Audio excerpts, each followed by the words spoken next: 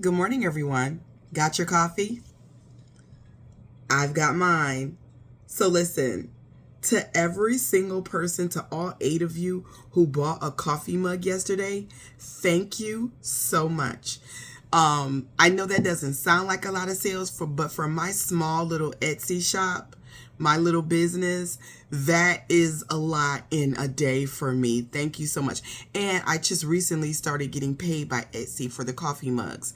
So that, and combined with all of the wonderful support that the Library Pantry got yesterday, I have to say thank you to Evelyn. I have to say thank you, Bonnie. Bonnie, thank you so much. And I have to say thank you to Kamika and to Ellen. Ellen, thank you. And I have to say thank you to Vita. Vita, thank you. Always so supportive. And to Nia. Nia, thank you. To Keith. Hey, Keith.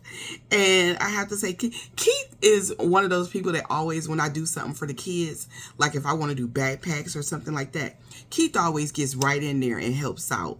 Thank you, Keith. And then I have to say thank you to Rhonda. The cup sales, along with the support that the Library Pantry got, I will be able to, and I know that this probably isn't really exciting for you guys, but it's exciting for me. I'll be able to put roast beef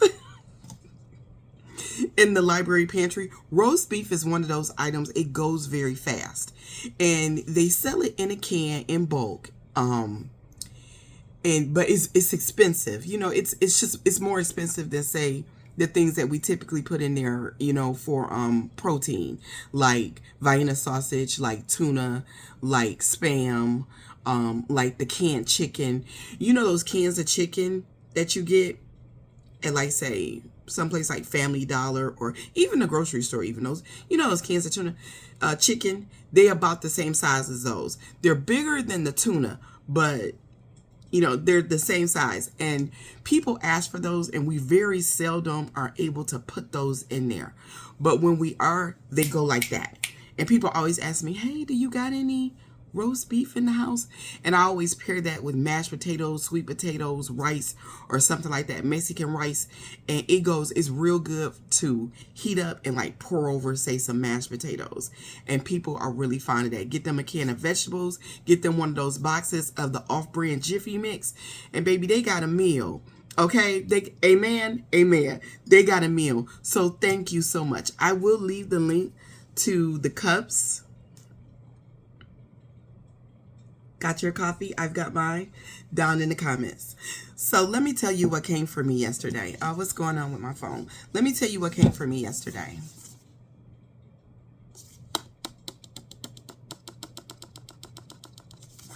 I cannot wait. Look at me. When I got the book, I get into bed. I crawl into bed with it. And I'm like, where's the light? Girl, it's an actual physical book, not the Kindle. Remember the Kindle that you all helped me get for my birthday? I use a Kindle every single day. It's like a part of my hand. I use it every single day. But listen,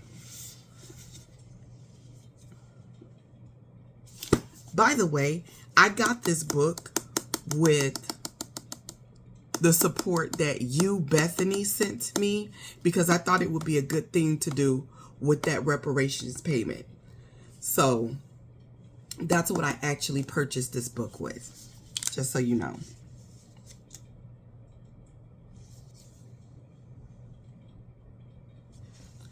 Listen, in Kamala Harris's own words. And I'm going to be highlighting excerpts and reading them to you from time to time when I get to juicy bits, just, you know, for those of you all that, you know, are interested in this book. Your Secret Service code name is Pioneer. You are the first woman in history to be elected Vice President of the United States.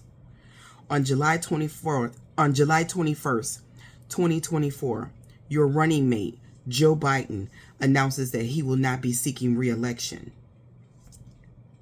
The presidential election will occur November 5th, 2024. You have 107 days. So we know what I'm going to be doing today. I do have a couple of senior bags to drop off, but only 2 of them. and then I can run back home and get into this. So listen, let me tell you what I want to actually talk about today. My husband makes this coffee. He doesn't make as good a cup as I do. He makes a good cup of coffee, but I know exactly how I like mine. But, you know, every morning I wake up, he greets me with a cup of coffee. Yay me. Anyway, listen.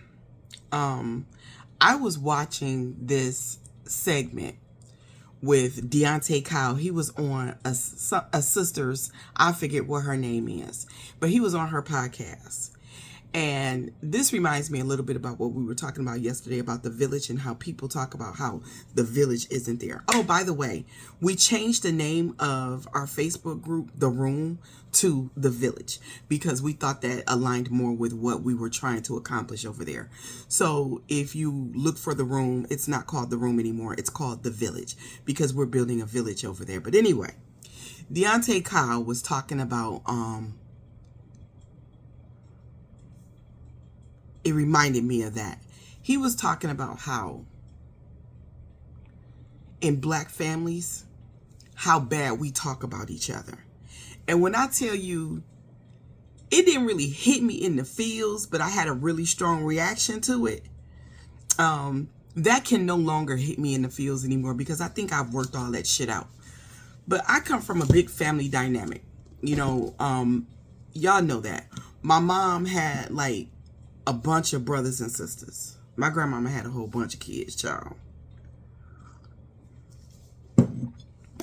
And she was poor and didn't work, and she was dependent on her husband, and so she ended up popping out a whole bunch of kids, which means I have a whole bunch of cousins.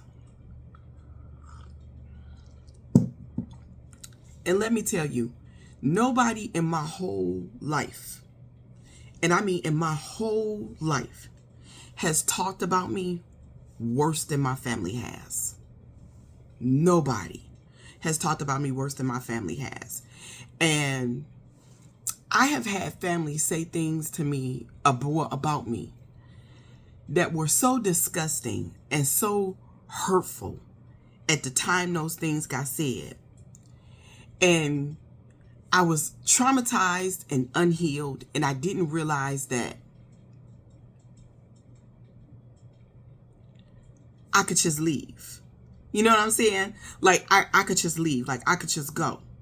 Part of the reason why a lot of y'all don't have a village or part of the village is because y'all didn't betray the village and then talk shit about the village till the village got sick of your ass. And that's why a lot of y'all don't have a village. Cousins talking about cousins. Nobody talked about me in my whole entire life worse than my own mama did.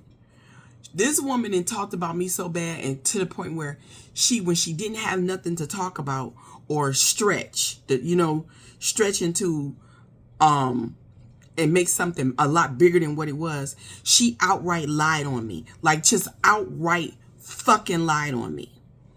And my family would soak it up. They would believe it. They would listen to all that shit she had to say. They probably still doing it, as far as I know. I'm sure that they are.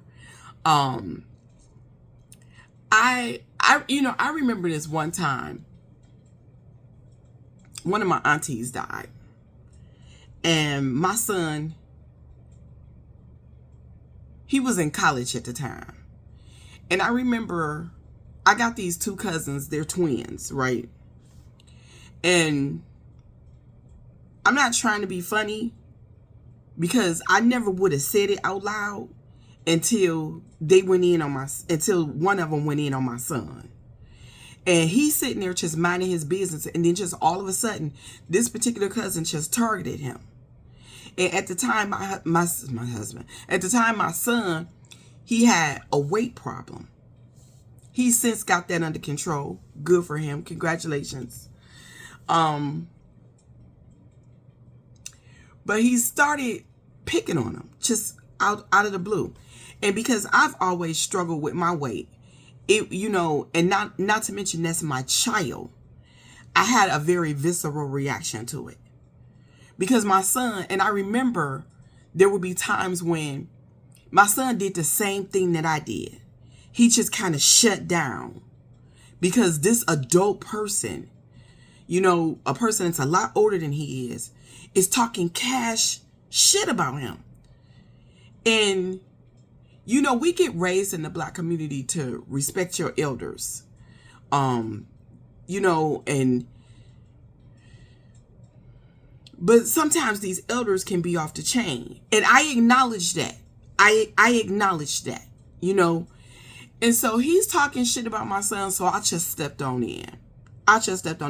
Now, this is somebody, I'm not going to call him an ugly motherfucker. I'm just going to say he's facially challenged and leave it there. But I never went in. I mean, it literally looked like somebody just punched him in his face repeatedly. I mean, he walking around looking like this, but got the nerve to talk about somebody else's appearance. So I just went in. I mean, when I tell you I went in, I said everything I ever wanted to say about how ugly I thought this man was. Oh, I said it. I guess I said it.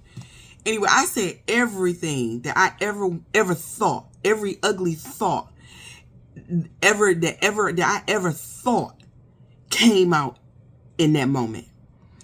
To the point where it got so bad, people were trying to stop me. And I'm like, no, because this is not what we do. This is not what we do. Nobody stopped him when he was talking shit about my son. But now that I'm talking shit about him, and I got the upper hand, and I'm getting the upper hand, and I'm making him feel bad, now all of a sudden it's a problem. I can remember being traumatized, you know, over the things that my mother's first husband did to me. And I mean, for a lot of years, I'm still traumatized over it, truth be told. I just handle it better. And being so traumatized and wanting to just die. Thinking that all of that shit was my fault. Thinking that I was flawed. I was somehow the problem. And there were people in my family, my mother especially, who made me feel like I was the problem.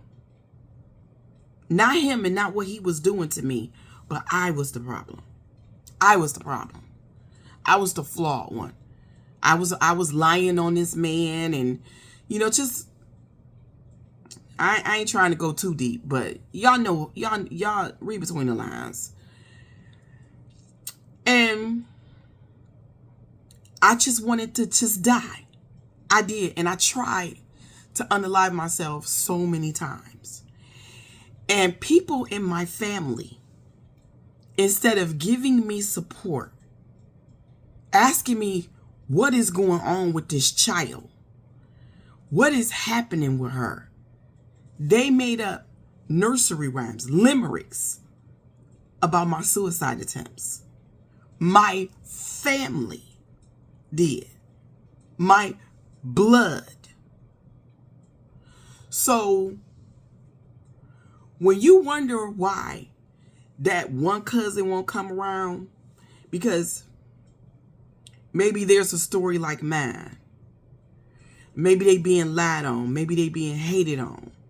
Maybe they're gay. Maybe they're trans. And y'all done sat up and y'all done talked about them and let me tell you, when I tell you, we the strongest motherfuckers in the family. Those of us who have had to walk away from your problematic asses with our traumatized selves, with the traumatized version of ourselves, we the strongest motherfuckers in the family. We are the strongest motherfuckers in the family. Hear me again. We the strongest motherfuckers in the family, hands down. We the strongest ones. Because we cultivated a life without y'all and y'all fuck shit. We took ourselves away from your toxicity and created better existences for ourselves. We got it up out of the mud by ourselves, and we created new family dynamics with people who may not be related by blood, but they related to us by loyalty, real loyalty. We know what that shit is. We know what it's like to be in healthy relationships with other healthy people. You wondering where the fuck the village went? The village left because the village was tired of being made to feel bad about ourselves.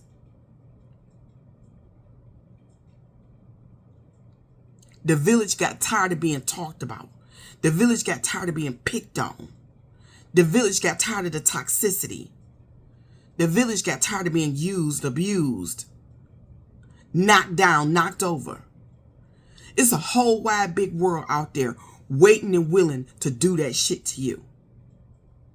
Families should be a safe space. And until families are a safe space, family therapy.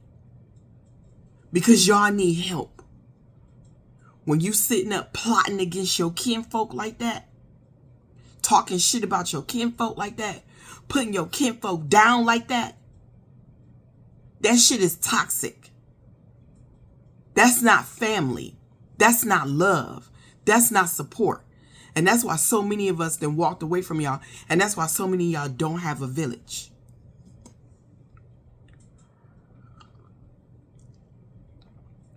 That's why you losing the strongest members of your family. Those of us that were able to get up and walk away from y'all. And that can bring and give so much to your lives because we have those resource tools. We have the emotional intelligence. We've done the work. We've gone to therapy. We have the great advice. We can show you how to navigate troubled waters. That's why y'all villages burnt to the ground and y'all don't have no village. That's why a lot of y'all don't have any support anymore, because you alienated the support.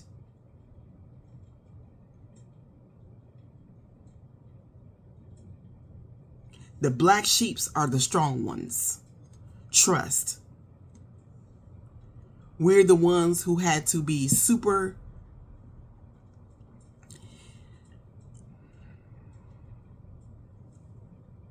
what's the word I'm looking for? Dependent upon ourselves and our own tools and our own resources because we didn't have anybody to help us.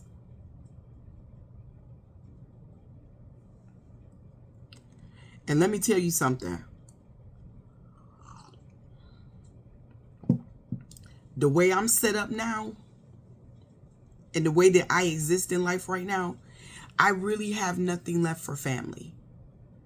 It ain't no more trying to get my side of the story out. It ain't no more trying to explain myself. It ain't no more trying to ingratiate myself to family. It ain't no more wishing I had a family. It ain't even no more of that. Wishing that I had a family dynamic. I got out there in the world and I built the family I wanted. I got out there in the world and I built the family I deserved. I got out there in the world and I found strength and loyalty in others, like-minded people. I built my own damn village. I got out there and built my own damn village. And my village is no longer toxic. My village no longer talks shit about me behind my back. My village no longer makes me feel bad. My village no longer makes me feel like I'm not valued. I feel valued. I feel worthy. I feel blessed. I feel loved. I feel respected. That's what I get from my village now. And I wouldn't trade that shit for anything, especially the bunch of toxic motherfuckers I had to turn my back on, was forced to leave. And that's just the truth. So when a lot of y'all look around and y'all wondering why you don't have the village, you don't have the village because you the problem. And in a family dynamic, when y'all don't have that closeness, like how families used to be, remember how families used to be? That's because those of us who were built to keep the family together, the strong ones, y'all alienated all of us. Y'all disrespected us. Y'all abused all of us.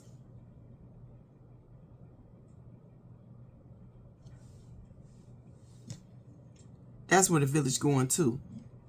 That's what's happening to the village too. And that's just the truth. Anyway, that's all that I have for today. I know I done kept y'all for a long time, but I just had to get that off my chest because that hit me in my feels a little bit.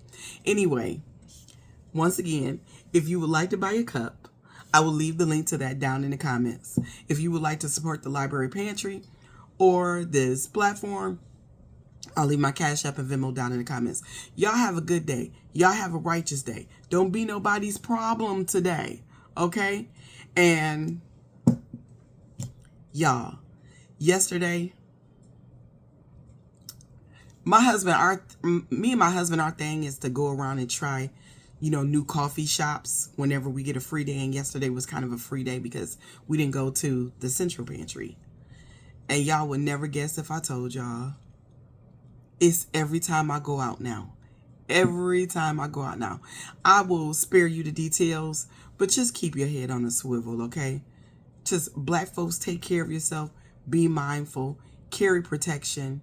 And don't engage these cretins unless they put actual hands on you, okay? Because they looking for fights. They're out here actively looking for to be your problem.